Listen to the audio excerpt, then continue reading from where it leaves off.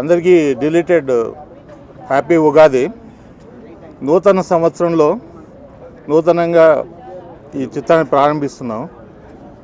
Main object ఈ movie మా production banner start చేయడానికి కారణం, కృష్ణానగర్లో చాలామంది సినిమాల అవకాశాల కోసం చూస్తుంటారు. కొత్త వాళ్ళకి అవకాశం ఇవ్వడానికి ఈ బ్యానర్ స్థాపించి మేము మొదటి ప్రయత్నంగా వజ్రాలు కావాలనైనా అనే టైటిల్తో మూవీ స్టార్ట్ చేస్తున్నాము.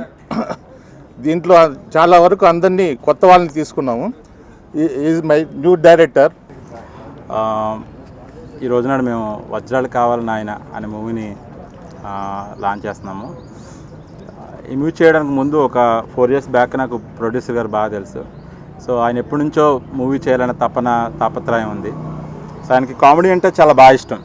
సో మంచి కామెడీ మూవీ చేద్దాము అని చెప్పినప్పుడు, కామెడీ ఒకటే కాకుండా మన ఉగాది పచ్చళ్ళు అన్ని రసాలు ఎలా అయితే ఉంటాయో, ఇందులో కూడా మూవీలో కూడా భయం కానీ, ఒక థ్రిల్లర్ కానీ, లేకపోతే లవ్ కానీ, సెంటిమెంట్ కానీ ప్రతిదీ కూడా ఇందులో ఉంటూనే, అన్ని ఎలిమెంట్స్ ఉంటూనే ఒక మూవీ చేద్దామని ప్లాన్ చేసుకున్నాం. బట్ అందులో మెజారిటీ పార్ట్ కామెడీ ఉండేలా చూసుకున్నాం. ఆ మూవీయే వజ్రాలు కావాలని నాయన. సో ఈ మూవీ చేస్తున్నప్పుడు ఎలాంటి యాక్టర్స్ తీసుకోవాలి, ఎవరిని సెలెక్ట్ చేసుకోవాలని చాలా ఆలోచించాం. మేము ఆడిషన్స్ కూడా చాలా చేసాం.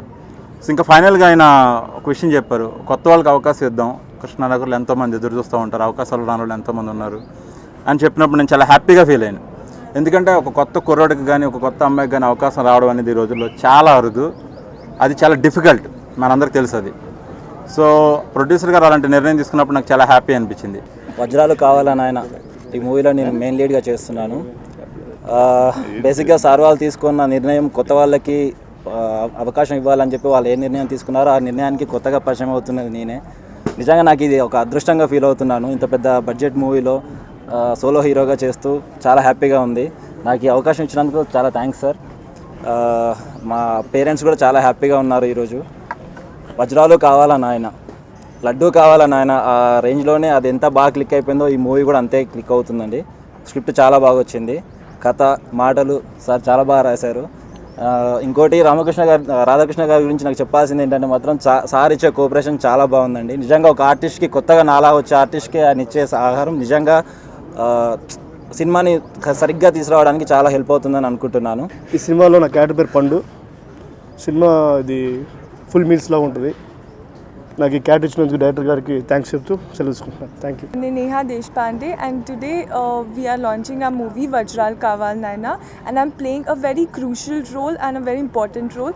It is something as suspense which everybody will know maybe the last stages of when we are going to release the movie.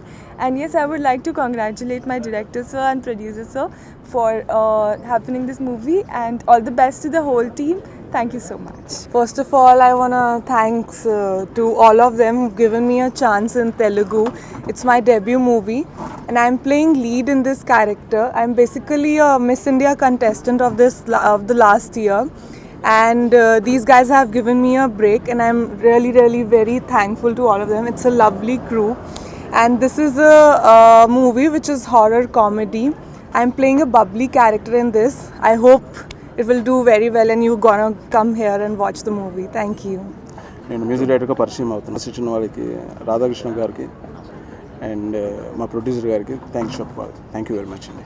ఇందులో హీరో అనిల్కి నేను ఫ్రెండ్ రోల్ చేస్తున్నాను, వన్ ఆఫ్ ది లీడ్.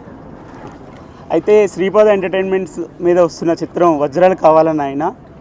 అయితే ఆర్కే అన్న చెప్పారు, ఉగాది పచ్చడిలో 6 రుచులు ఎలా ఉంటాయో మా సినిమాలో కూడా అలానే రుచిగా టేస్ట్గా ఉంటుంది. ప్రేక్షకులందరూ ఆదరిస్తారని హ్యాపీగా ఉన్నాం, మేము తీస్తూ ఉన్నాం.